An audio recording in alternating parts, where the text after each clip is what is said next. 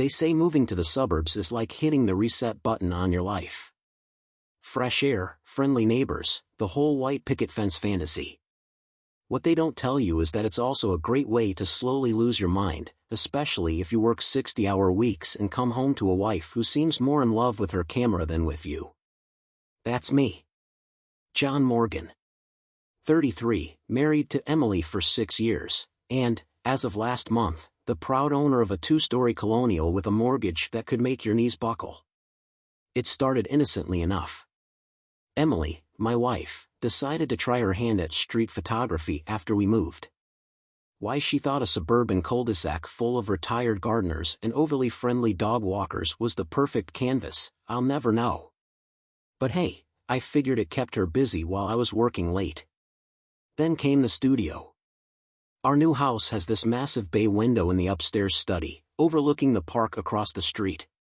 Emily turned it into her personal observation deck, complete with a fancy camera setup and enough lenses to put a paparazzi to shame.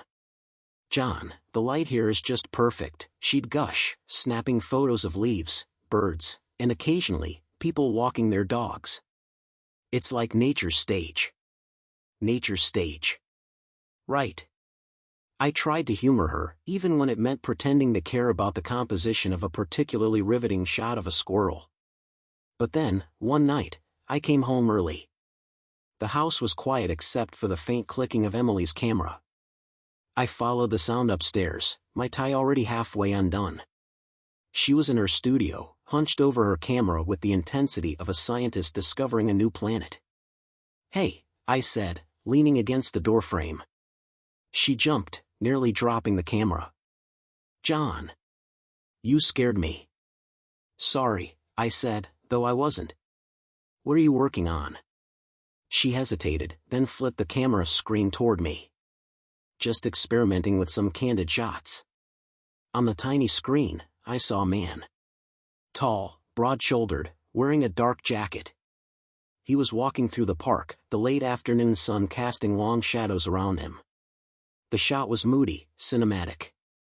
Too good for some random stranger. "Who's that?" I asked, trying to sound casual. "Oh, just a neighbor," she said lightly, brushing it off. "I see him around the park sometimes. He has this presence, you know? Very photogenic."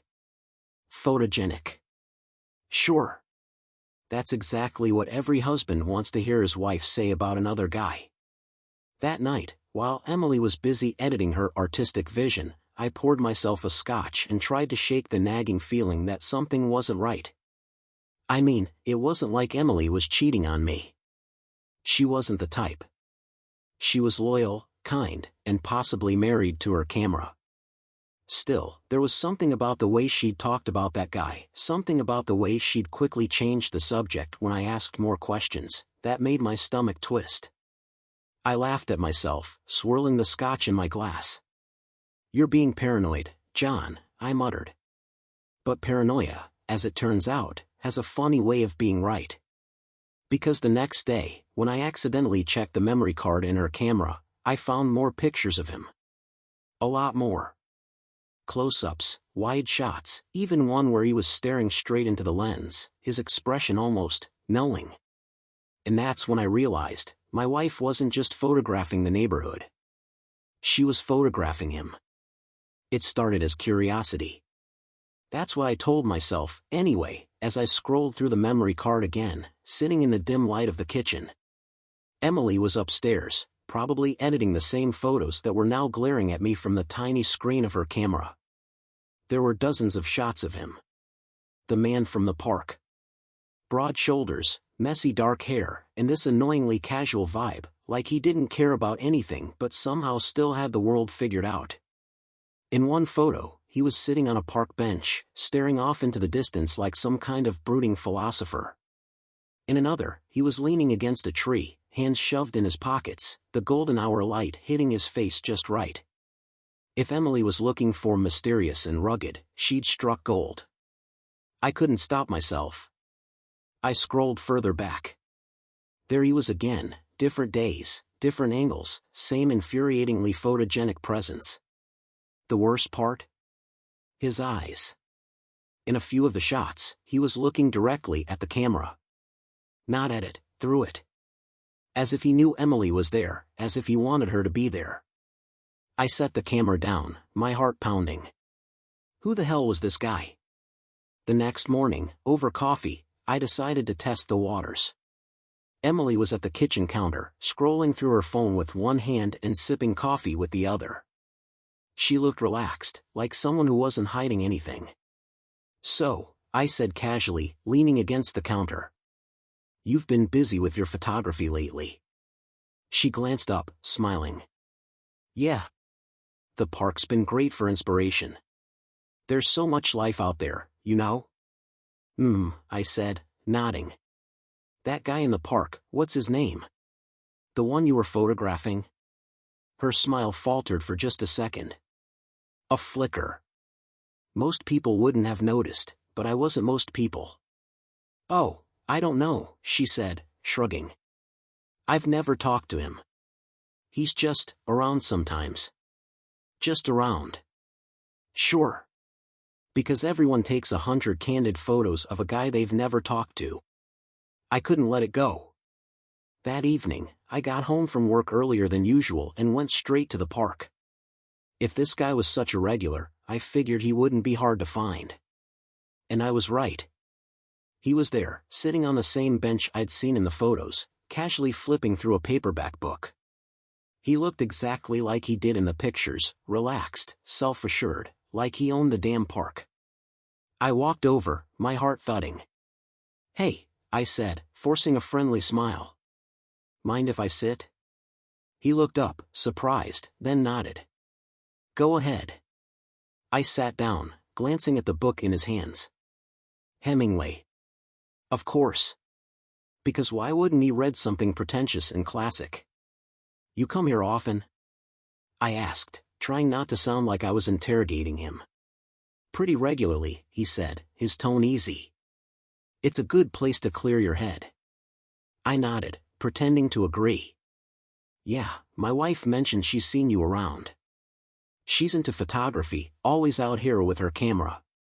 His expression didn't change, but there was something in his eyes. A flicker of recognition, maybe. Oh, right. I think I've seen her. Red hair, always taking pictures? That's the one, I said, keeping my voice even. She's mentioned you a few times. Really? He asked, raising an eyebrow. Yeah, I said, watching him carefully. Says you're photogenic. That did it. For a split second, his confident exterior cracked. It was subtle, but I caught it, a slight tightening of his jaw, a momentary glance at the ground. I guess that's a compliment, he said, recovering quickly. I forced a laugh. Yeah, guess so. For the next few minutes, we made small talk. He told me his name was Tom, that he lived a few streets over, and that he worked as a freelance graphic designer, because, of course, he had to have a creative job to complete the mysterious artist vibe. When I left the park, I had more questions than answers. But one thing was clear, Tom wasn't just some guy in the park. And Emily wasn't just experimenting with candid shots. That night, Emily was already asleep when I got home. I stood in the doorway of our bedroom, watching her for a moment. She looked peaceful, like she didn't have a care in the world. I wanted to wake her up, to demand answers. But instead, I turned and went to the living room, sinking into the couch with a glass of whiskey. Tom. I repeated his name in my head, over and over, until it didn't sound like a name anymore. Something was going on. And I was going to find out what.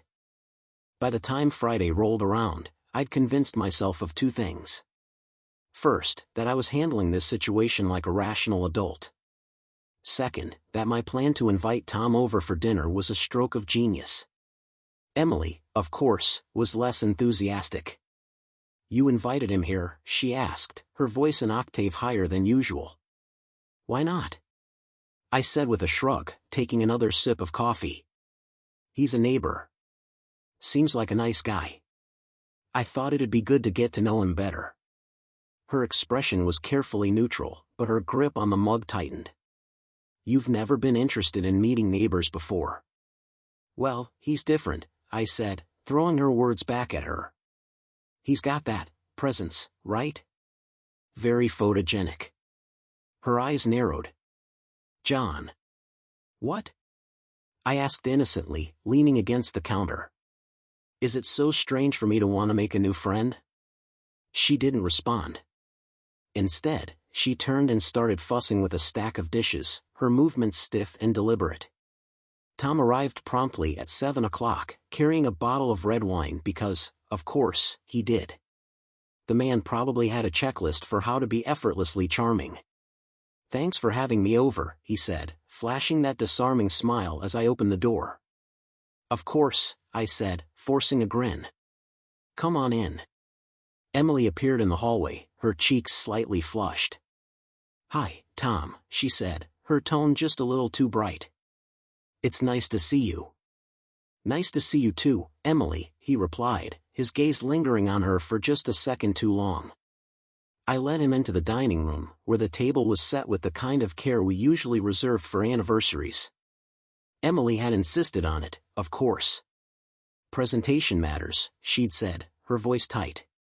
Over dinner, the conversation flowed easily, or at least it did between Emily and Tom.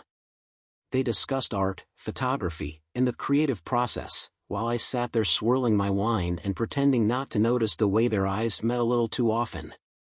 Emily has such a great eye, Tom said at one point, turning to me with a smile. You're lucky to have someone so talented.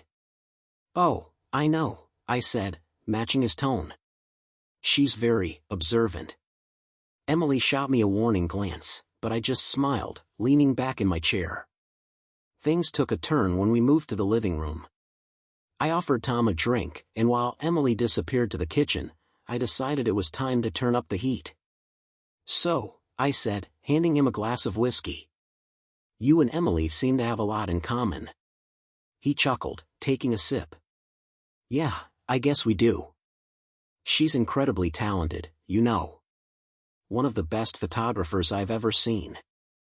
I nodded slowly, my smile never reaching my eyes. I've noticed. She spends a lot of time on her craft. Hours, actually. Especially in the park. Tom glanced at me, his expression unreadable. It's a good place for inspiration. Is that what it is? I asked, tilting my head. Inspiration? He hesitated, and I saw it again, that tiny crack in his perfect exterior. Of course, he said, his tone careful. Why else would it be? Before I could respond, Emily returned with a tray of snacks, effectively ending the conversation. The evening dragged on, tension simmering just beneath the surface. Tom laughed at all the right moments, complimented the wine, and even offered to help clean up. By the time he left, Emily was smiling again, though it looked more like relief than genuine happiness. As soon as the door closed behind him, she turned to me, her arms crossed. What was that about? What about? I asked, feigning innocence. You were practically interrogating him, she said, her voice sharp. I shrugged. Just getting to know the guy. He seems interesting. John, she said, her tone a warning. I held up my hands in mock surrender. Fine. I'll drop it. But as I watched her retreat upstairs, I knew I wasn't dropping anything. Tom was hiding something. And so was she. I just needed to figure out what. The morning after the dinner, Emily acted like everything was normal. She hummed as she poured her coffee, her movements light and easy, as if we hadn't spent the night dancing around unspoken truths. Tom's nice, isn't he? She asked casually, stirring sugar into her cup. I glanced up from the paper, trying not to let my irritation show. Oh, yeah. Great guy. Real conversationalist. And apparently a big fan of your photography. Her hand paused mid-stir, just for a second, before she smiled. Well, he appreciates art. That's not a crime, John. No, I said, folding the paper. But I'd say lurking around our lives is borderline criminal. Her smile faltered, and I could see the edge of tension creeping into her expression. What are you talking about? You know exactly what I'm talking about, I said, leaning back in my chair. He's more than just a friendly neighbor, Emily. And I think you know it. She set her cup down with a soft clink, her shoulders stiff. You're being ridiculous. Am I? I countered, my voice low. Because I've seen the way you look at him. And let's not forget the little gallery of candid shots you've been building. Her cheeks flushed, but she met my gaze with defiance. Those are just photographs, John. You're overreacting. Am I? I repeated, standing up. Because I don't think this is just about photography anymore, Emily. Her jaw tightened, but she didn't respond. Instead, she grabbed her coffee and left the room, leaving me alone with my thoughts. Later that afternoon, I decided it was time to dig deeper. I remembered something Tom had mentioned during dinner. He worked as a freelance graphic designer. It wasn't much to go on, but it was a start. A few quick internet searches turned up his portfolio, along with a professional bio. According to his website, he specialized in branding and visual storytelling. There were photos of his work, glowing testimonials, and even a section about his hobbies. One line caught my attention: I draw inspiration from the world around me, people, places, and unexpected moments of connection. Connection. Right. As I scrolled through his gallery, I found something else. A photo of Emily. It wasn't one of her photographs, it was a picture of her, taken from across the park. She was sitting on a bench, her camera in her lap, her hair catching the light in just the right way. The caption read, "The artist in her element." My blood boiled. That night, I confronted her. "Emily," I said, holding out my phone, "care to explain this?" She glanced at the screen, her face paling as she saw the photo. "Where did you get that?" "It's on Tom's website," I said, my voice cold. "Apparently, you're his latest muse." She took a step back, crossing her arms defensively. "I didn't know he posted that." "Didn't you?" I asked, my tone sharp. "Because it looks a lot like he's been doing more than just admiring your work." "It's not what you think," she said, her voice rising. "He took that without me knowing. I didn't ask him to." "But you didn't stop him," I interrupted. "And you didn't tell me." Her eyes flashed with anger. "Because I knew how you'd react. You're already paranoid about him, John." I didn't want to make it worse. "Paranoid?" I said, my voice dripping with sarcasm. "Emily, the man has a photo of you on his website and God knows how many more in his camera. This isn't paranoia, it's common sense." She opened her mouth to respond but hesitated, her shoulders slumping. "I didn't think it mattered," she said softly. "He's just a friend." I laughed bitterly. "A friend? Is that what we're calling it now? Because it seems to me like he's a little more than that." Her silence was deafening. The tension in the house grew thicker with each passing day. Emily avoided me, retreating to her studio whenever she could. And me? I couldn't stop obsessing over the photo, over the way she'd looked at him during dinner, over the way she defended him. I started going to the park more often, hoping to catch Tom and confront him. But he wasn't there. Not on the bench, not under the tree, not anywhere. It was like he'd disappeared. Then, one evening, Emily came home late. She didn't say where she'd been, and I didn't ask. But as she walked past me, I noticed something. A faint trace of cologne. Not mine. I waited until she was upstairs before going into her studio. The camera was sitting on her desk, its lens pointed at the window. My hands shook as I picked it up, flipping through the recent photos. There he was again. Tom. But this time, the photos weren't taken from the park. They were closer, more intimate. One was of him laughing, his face turned slightly to the side. Another was of his hands, resting on a table. My stomach churned as I scrolled through them, each shot more damning than the last. And then, the final photo. Emily and Tom. Together. They were sitting in a cafe, leaning toward each other, her hand resting lightly on his arm. I set the camera down, my chest tight with anger and betrayal. This wasn't just about photography. This was personal. I didn't sleep that night. How could I? Every time I closed my eyes, I saw that photo. Emily's hand on his arm, her smile, soft, intimate, like she wasn't just talking to Tom but sharing some unspoken connection. By morning, I'd made a decision: if Emily wouldn't give me answers, I'd get them myself.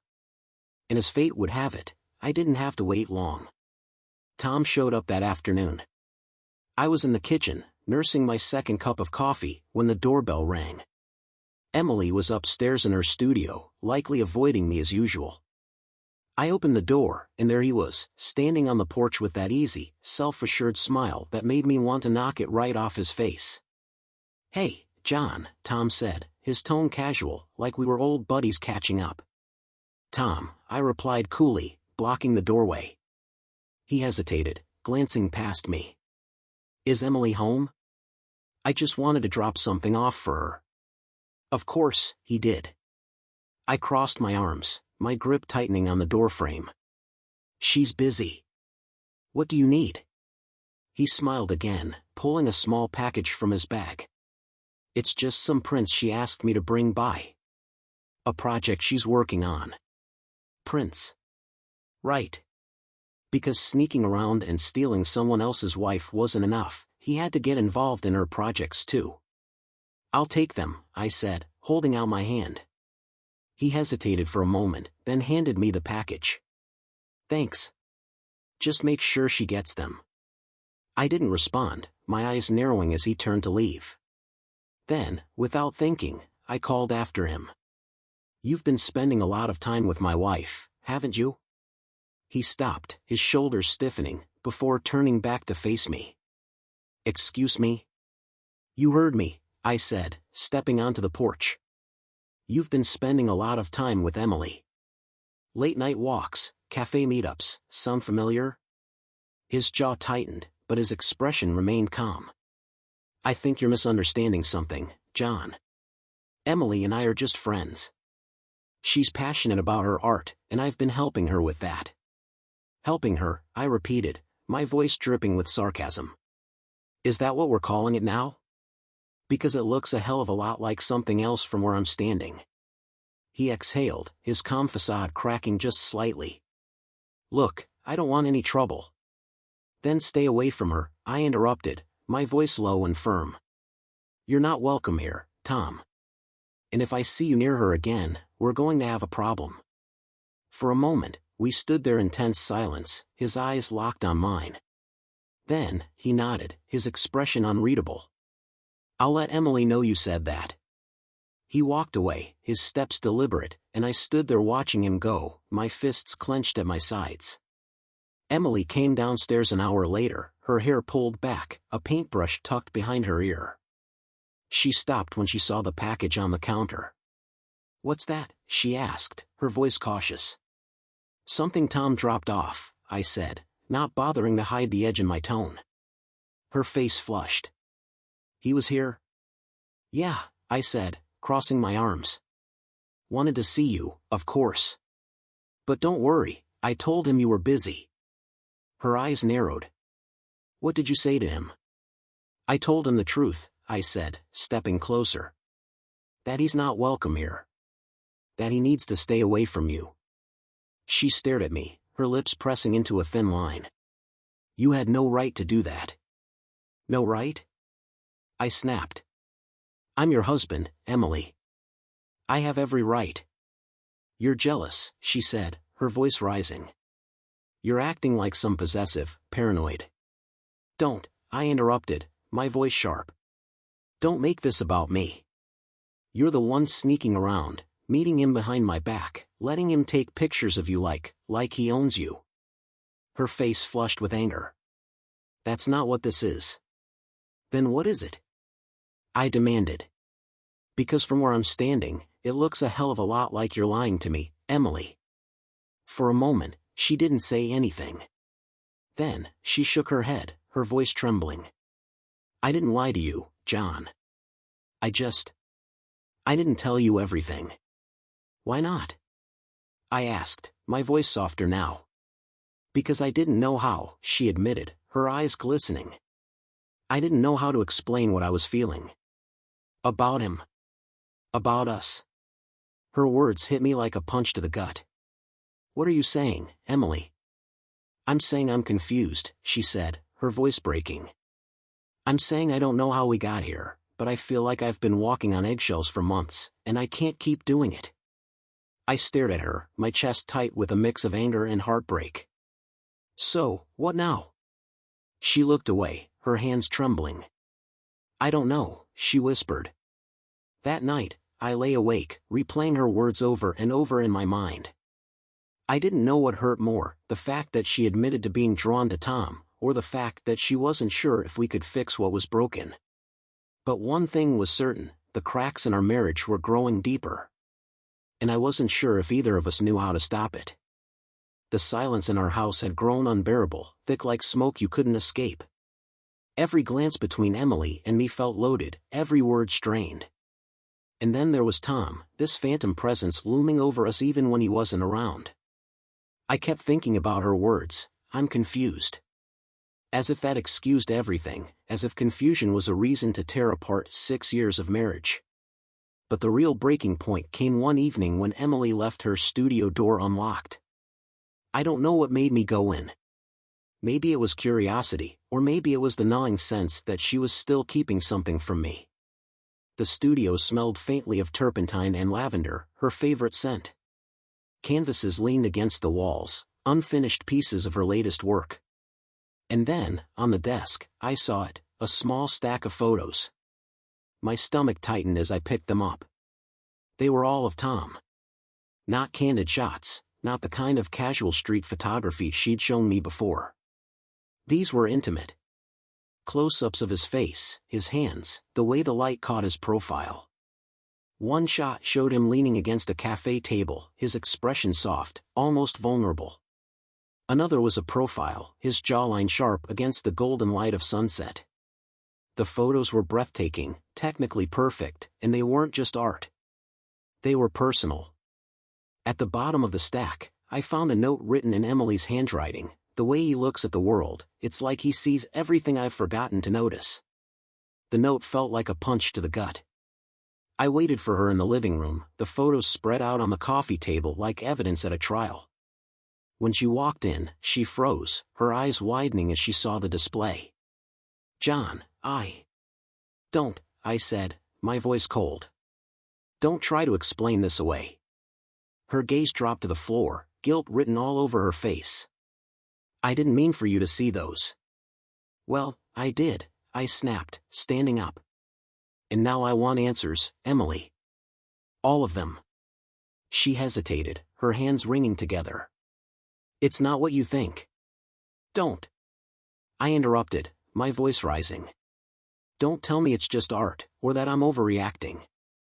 These photos, that note, it's more than that, and you know it. She flinched at the anger in my voice but didn't argue. I didn't plan for this to happen, she said quietly. It just did. What happened, Emily? I demanded, my chest tight. Do you love him? Her eyes snapped up to meet mine, panic flashing across her face. No. I don't love him. I don't even know if I like him in that way.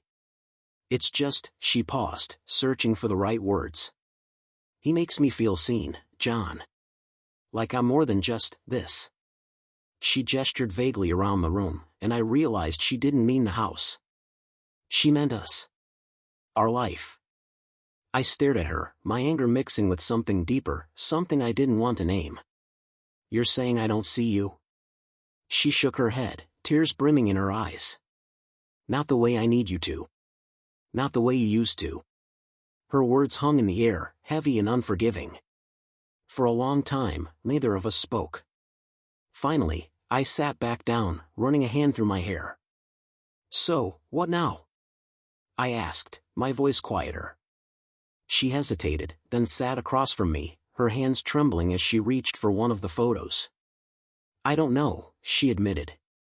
I don't want to lose you, John. But I don't know how to fix this. I don't even know if it can be fixed." Her honesty should have comforted me, but it didn't. It only made the void between us feel wider. "I can't compete with him, Emily," I said, my voice breaking. "If you want him, just say it." She shook her head fiercely. "It's not about him. It's about us. About everything we stopped talking about, everything we ignored because it was easier than facing it." Her words stung because I knew they were true.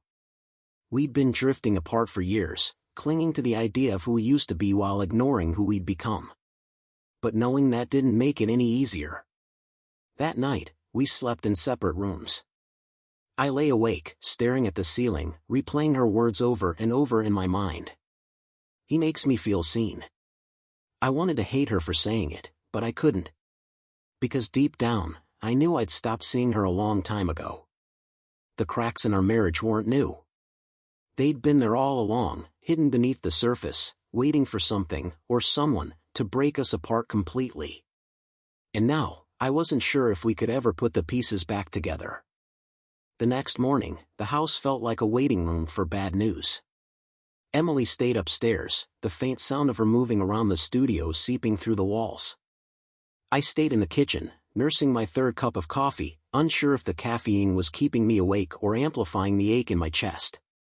I didn't want to admit it, but I knew the truth. This was the end of something, maybe us, maybe just the life we'd built. Either way, something had shattered, and no amount of glue would put it back together the way it was. That's when I decided I needed to leave the house. The park was quiet, the air crisp with the promise of rain. I walked aimlessly, my thoughts looping back to the photos, the note, the look in Emily's eyes when she said she didn't feel seen anymore. And then, as if summoned by my thoughts, there he was. Tom. He was sitting on his usual bench, his face buried in a notebook. His presence was so familiar now that it felt almost scripted, like the final act of a play I hadn't agreed to star in. I stopped a few feet away, unsure if I wanted to confront him or walk away. But something in me snapped, and before I could think it through, I approached him. He looked up, surprised. "John." "Tom," I said, my voice calm but cold. He closed the notebook, setting it on the bench beside him. "Didn't expect to see you here." "Funny," I said, shoving my hands into my pockets. "I could say the same about you." He frowned slightly, but he didn't respond. I took a step closer, my gaze steady. "I need to know something. Do you love her?" His eyes widened, and for a moment, he looked genuinely caught off guard. "What?" "You heard me," I said, my tone sharper now. "Do you love Emily?" He hesitated, his jaw tightening. "It's not like that." "Then what is it like?" I demanded, my frustration boiling over. "Because from where I'm standing, it looks like you've been circling her, waiting for the right moment to swoop in." Tom exhaled, running a hand through his hair. "Look, John. I don't want to cause trouble." "It's a little late for that," I snapped. "You've already caused trouble. So just answer the question." He looked at me, his expression conflicted. "I care about her. I won't lie about that. But it's not love. It's admiration. Respect. She's an incredible person, and you're lucky to have her. Then why try to take her from me?" "I wasn't trying to take her," he said firmly. "But maybe I gave her something you didn't." The words hit me like a punch to the gut. "She needed someone to listen," he continued, his voice softer now.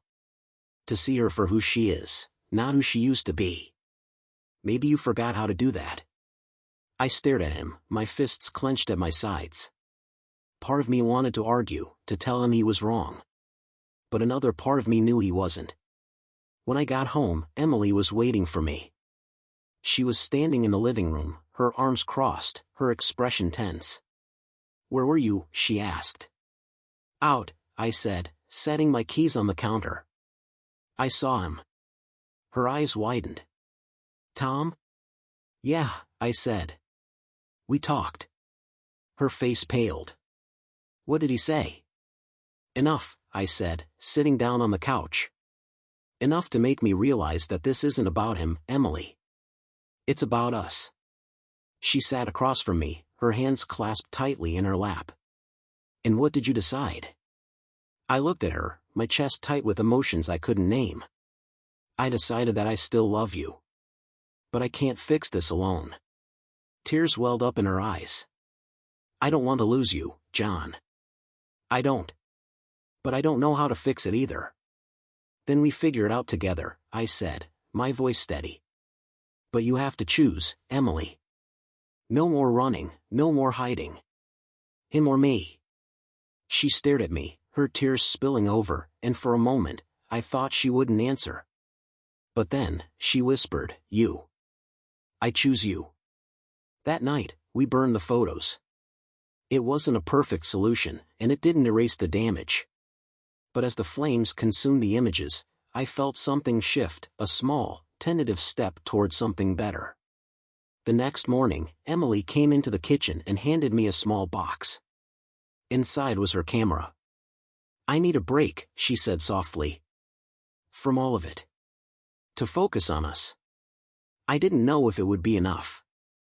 I didn't know if we could rebuild what we'd lost. But as I took her hand, I realized something.